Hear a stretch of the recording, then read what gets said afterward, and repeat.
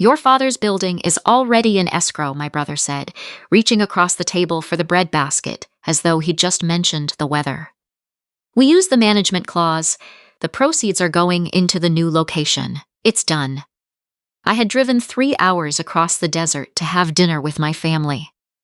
I was still in the clothes I'd worn on the road, still carrying the particular kind of tired that comes from a long drive in August heat, and I had sat down at my brother's table in his Scottsdale home, expecting dinner and maybe some honest conversation about what we were all going to do with ourselves now that Dad was gone. Instead, I got that. My sister-in-law sat at the far end of the table, half hidden behind a flower arrangement she had clearly chosen to impress. She was examining her salad with the concentration of someone who has learned that it is better not to look up during certain conversations. My daughter sat to my brother's right, very still, her wine glass held in both hands. I set my fork down. The building my father left me, the one his name had been on since 1979, was a 3-story commercial property in downtown Tucson. He had bought it young, paid it off slowly, and never once considered selling it. He rented the ground floor to a print shop and the upper floors to a pair of small professional offices. It wasn't glamorous. It produced steady income, and it had appreciated to somewhere around $380,000 by the time he died. My father's will was specific. The building went to me in trust, with my brother as co-trustee. The management clause granted him authority to make administrative decisions. He had interpreted that to mean he could sell the property and funnel the proceeds into Meridian Restaurant Group, his company, which had been expanding faster than its cash flow for 2 years running. I had not been consulted. I had not been informed. I found out the same way you find out the check has already been cashed, from the person who spent it. That wasn't your decision to make, I said. My brother looked at me across a table that had probably cost more than my truck. He was 3 years younger than me and had spent most of his life finding ways to make that feel irrelevant. I have broad discretion under the management clause. I exercised it responsibly on behalf of the family's overall financial position. Meridian's growth directly benefits all of us. Meridian is your company, and you're a shareholder now. He glanced at my daughter, brief and meaningful, and she looked down at her wine. The point is, it's done. The escrow closes Friday. What I need from you now is to move forward constructively instead of making this into something ugly. That building was my retirement, I said. I'm 62 years old. My pension covers the basics. That property was the difference between a decent life and a narrow one, and you both knew that. My brother picked up his fork. You'll be fine. You've always been fine. That's the thing about you. You manage. He said it the way you'd compliment a dog for learning to open its own door. I stood up. I'm calling an attorney. He didn't stop eating. Go ahead. But I sit on the advisory board of Erickson Partners, the firm currently reviewing your consulting license renewal. One call from me and that process gets complicated in ways that take years to sort out. Sit down, finish your dinner, and let's talk about how you want to handle the transition. I didn't sit down. I left without touching the main course and drove back to Tucson in the dark, both hands on the wheel, trying not to let my mind run ahead of what I knew.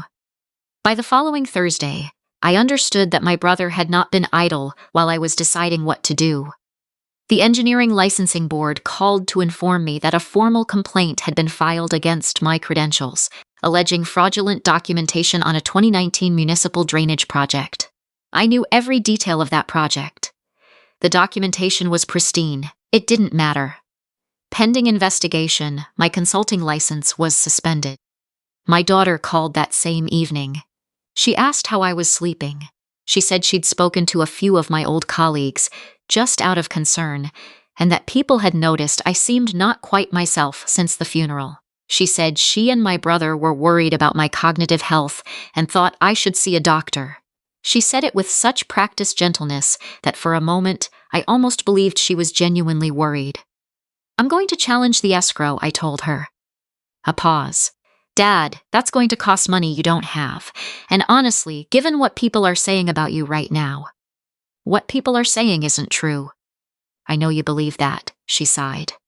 Just think about the doctor, okay? For peace of mind. She hung up before I could say anything else. My bank accounts were flagged 5 days later. A dispute had been filed claiming the trust proceeds had been improperly accessed through my accounts, which was backwards, since the only improper access had been my brother's, not mine. The flag froze my ability to transfer funds pending review. I had $400 in checking, a truck with 200,000 miles on it, and a refrigerator that was starting to make a sound I didn't like. The legal packet from my brother's attorneys arrived 10 days after the dinner. He was suing me. The complaint listed defamation, interference with trust administration, intentional infliction of emotional distress, and half a dozen other causes of action, each more impressive than the last. The damages figure attached to it was large enough to feel personal rather than strategic. I read the whole document standing at my kitchen counter, then put it down and made coffee, because I needed something ordinary to do with my hands. The last item in the packet wasn't from the lawsuit. It was a separate document. A healthcare proxy and financial power of attorney, supposedly executed 2 years prior, granting my brother full authority over my financial and medical decisions in the event I was found to be cognitively impaired. The signature looked exactly like mine. The date on the document was the day of my father's funeral. I sat with that for a long time. I thought about everything I had signed that day: the church guest book, the florist receipt, a sympathy card that had been passed from table to table at the reception. I thought about my daughter beside me for most of it, her hand on my forearm, guiding me through the day with a tenderness I had been grateful for. I thought about a notary stamp and what it would take to produce one. Then I put the document back in the envelope and went to work. I am not a dramatic man.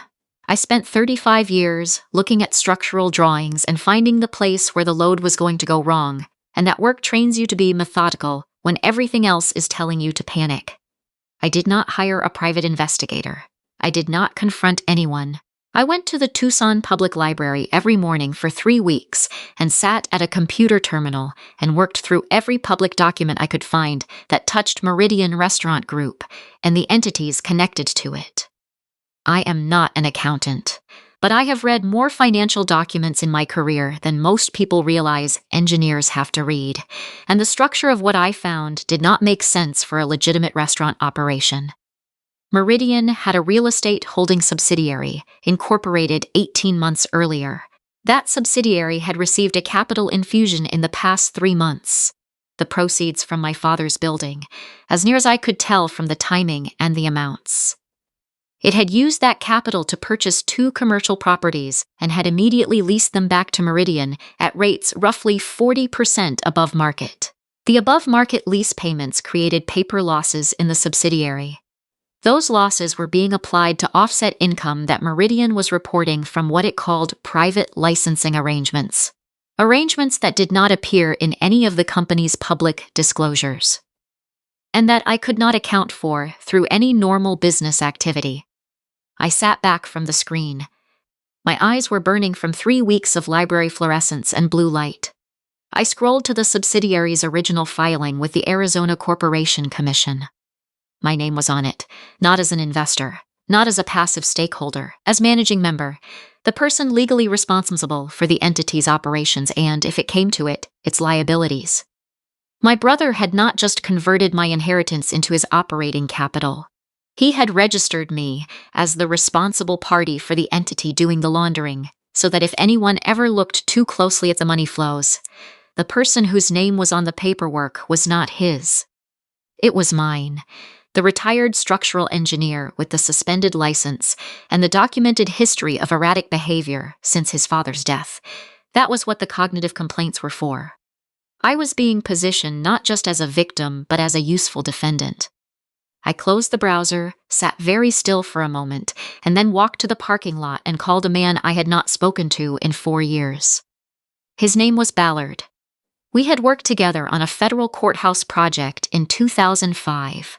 When he was with the Army Corps of Engineers and I was with a local contracting firm. He had moved into investigations work after that, eventually landing with the Financial Crimes Unit of the State Attorney General's office. We had stayed loosely in touch, the way men of a certain generation do. A brief email at the holidays, the occasional forwarded article about something in the industry. I told him I needed 30 minutes. He gave me an afternoon. I laid out everything I had: the trust documents, the complaint filings, the LLC registration, the property transfer records, the legal packet from my brother's attorneys, and the healthcare proxy with the forged signature. Ballard asked careful questions and took his own notes and did not give me any reaction I could read. At the end, he said, "If this holds up the way you're describing, this is wire fraud. Possibly elder financial abuse as well, depending on what the proxy is connected to and how the documents were executed. What do I do in the meantime?" "Nothing that signals to them that you know what you're looking at," he said. "No calls, no letters, no attorney filing anything yet. If they think you're building a case, they'll move to clean up the paper trail and we'll spend 2 years chasing it. Can you hold?" I was 62 years old and flat broke and eating peanut butter sandwiches for dinner, and my own daughter wasn't returning my calls. But I had spent 35 years reading the place where the load was going to go wrong before it went wrong. "I can hold," I said. 6 weeks later, a padded envelope arrived from Hartwell and Pruitt, the estate attorneys who had handled my father's affairs. The cover letter was brief. My father had left written instructions, filed separately from the main will and sealed until 60 days after his death, for certain personal effects to be delivered to me directly by the firm.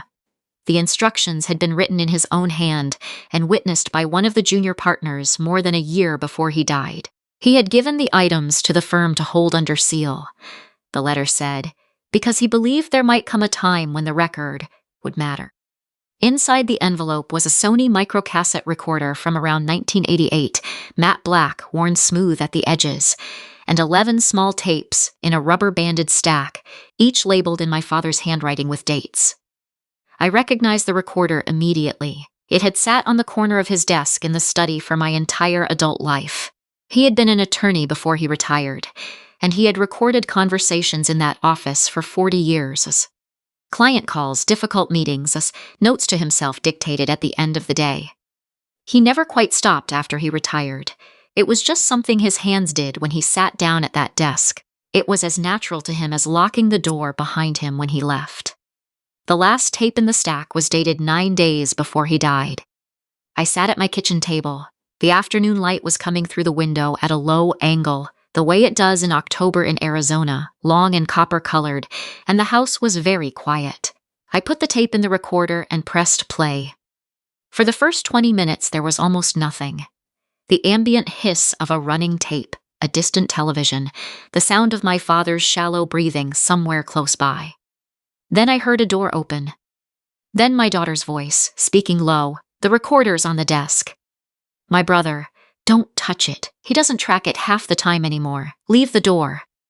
A pause, footsteps settling. "My brother again. The proxy is notarized. We need him to sign his name near the signature block in a natural context. The reception after the funeral is the right moment. There'll be a guest book going around, maybe other papers being passed. We layer it in." My daughter and the power of attorney. Same approach, same day. By the time he realizes what he signed, the document is already filed. Silence. Then my daughter. "What happens when he finds out about the building?" My brother's voice dropped into the flat registers he uses when he is entirely certain of something. "By then, the cognitive documentation is in place. We've already been talking to his colleagues about his deterioration since the funeral. Any challenge he makes, we point to the mental state question. His attorney has to spend 6 months just establishing competency before anything gets filed. Meanwhile, the money is in Meridian, the real estate is in the subsidiary, and every paper trail leads to him, not us." A long pause. My daughter said very quietly, "He trusted me." My brother answered without hesitation, "That's exactly why it works." I turned the recorder off. I put both hands flat on the kitchen table and sat there for a long time without moving. The light shifted across the floor and I let it. I was thinking about my daughter at the graveside, her arm through mine. I was thinking about every document that was passed in front of me that day and how carefully I had not been looking, how much I had not wanted to be the kind of father who questioned his daughter's gentleness at his own father's funeral. I was past the part of this that was going to make me cry. I was in a different part now. I picked up the phone and called Ballard. The grand opening of Meridian's 7th location was on a Thursday evening in November. My brother had been building toward this restaurant for 2 years, and it showed a converted warehouse space in Phoenix's warehouse district, exposed brick and custom steel fixtures, and a menu that read like a capital campaign. The invitations were glossy. The guest list included city council members, investors from 3 states, and a journalist from the Phoenix Business Journal who had been writing favorably about Meridian for going on 18 months. I was not on the guest list. I wore the blazer I had bought for my daughter's college graduation and drove to Phoenix and walked through the front door at 7:15. My brother found me within 30 seconds. He was tanned and pressed and entirely at ease in the way that people are when they believe they have already won. His eyes, when they found mine across the room, cycled through several things before settling on cold certainty. "Leave," he said, low enough not to carry. "Right now. I'll call the police." "They're already on the way," I said, "but not for me." Something moved in his jaw. "You don't have anything." "I have the recorder," I said, "the one from Dad's study. He had it running the afternoon you and my daughter came in to plan the power of attorney. You told her not to touch it. You left it running. He left it running, actually. He left it with his attorney under seal with instructions to send it to me 60 days after he died." The certainty in his face developed a crack. "That's inadmissible," he said. "It's nothing." "It was enough for the Financial Crimes Unit," I said. "They've been building the case around it for 6 weeks. A man I didn't recognize materialized at his shoulder and murmured something in his ear. My brother's face did something I had never seen his face do before, and I had known this man for 60 years. I walked to the center of the room, to the microphone stand that had been set up near the bar for the evening remarks. I picked it up. "I apologize for the interruption," I said, and the room went quiet the way rooms go quiet when something has shifted that cannot be shifted back. "My name is Huston Merritt. This building we're standing in was purchased with the proceeds from a trust my father built over 40 years and left to me when he died. I'd like you all to hear something before this evening goes any further." A young woman at the soundboard in the back of the room, a freelance AV technician I had hired 2 nights earlier, the only expense I had put on a credit card in 3 months, made the adjustment I had asked her to make. The recording was scratchy the way microcassette always is after years in a desk drawer, but the voices came through clean. My brother's voice filled the warehouse. "The proxy is notarized. We need him to sign his name near the signature block in a natural context. By the time he realizes what he signed, the document is already filed." And then my daughter's voice, the one I had heard read her first book report and argue about curfew and call me from the hospital the morning my grandson was born. He trusted me. And my brother answering. That's exactly why it works. The room did not make a sound. My brother moved toward the soundboard. 3 men in plainclothes stepped through the entrance doors and were already crossing the floor before he got there. They were from the Financial Crimes Unit, and they had with them a federal agent from the IRS Criminal Investigation Division. Because the money laundering had crossed state lines, and Ballard's office had brought in the appropriate jurisdiction. My brother was handcuffed in front of the Phoenix Business Journal journalist, the out-of-state investors, and 2 city council members. My sister-in-law stood near the bar with a glass in her hand and watched them lead her husband out and did not say a single word. I have thought about her expression many times since that evening. I have not been able to decide what it meant. The process that followed took the better part of a year, which is the honest pace of things when the law is actually doing what it's supposed to do. The forged documents were vacated after forensic handwriting analysis confirmed that both signatures had been traced rather than written. A technique, it emerged, that the notary involved had used in prior arrangements, and that was already known to the state bar. The healthcare proxy and the power of attorney were declared void. The holding subsidiary was dissolved. The building itself was gone. I could not undo that, but the trust settlement recovered the full appraised value from Meridian's seized assets, with interest, and the final figure was larger than what I had started with. The engineering licensing board dismissed the complaint against my credentials once the full context entered the record. I filed a civil claim against the firm that had allowed itself to be used as leverage against my renewal. We reached a settlement at a number that was fair, and I did not have to fight anyone in court to get it. My brother is awaiting trial on 4 counts of wire fraud and 2 counts of conspiracy to commit elder financial abuse. The elder abuse charges were the state's addition, not something I had requested. I read them in the charging document and felt something in my chest release that I had not known I was still holding. My daughter was not charged. She was named in the civil proceedings, and the things she said on that tape are part of the public record now. She had a number of conversations with investigators in the months that followed.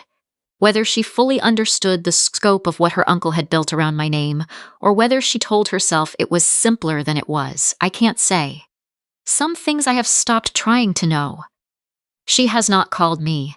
I have not called her. Whether that changes someday is a question I keep on a shelf in the back of the room where I don't have to look at it every day. My new office is one room with good light and a window that faces east toward the mountains. The sign on the door says Merit Structural Consulting. I have 3 clients and room for more, and I am careful about the work I take on and more careful still about who I trust. My father's recorder sits on the shelf above my desk, where I can see it from my chair. I kept the tape. I don't play it anymore. But I keep it where it can be seen, because my father left it running on purpose, and he gave it to his attorney to protect on purpose, and I intend to be worthy of that kind of quiet foresight. He used to say that a building is only as honest as the ground it sits on, meaning the soil surveys, the load-bearing reality beneath the surface that either holds or doesn't when the weight comes down. He spent his whole career building on ground he had actually tested. What was done with the trust he left behind was not his failure. It was a test of a different kind. The building in Tucson is gone. I made my peace with that. But the debt has been paid in full. Every cent, every last account settled. The truth, when you give it enough patience and enough time, turns out to be very good at keeping the books.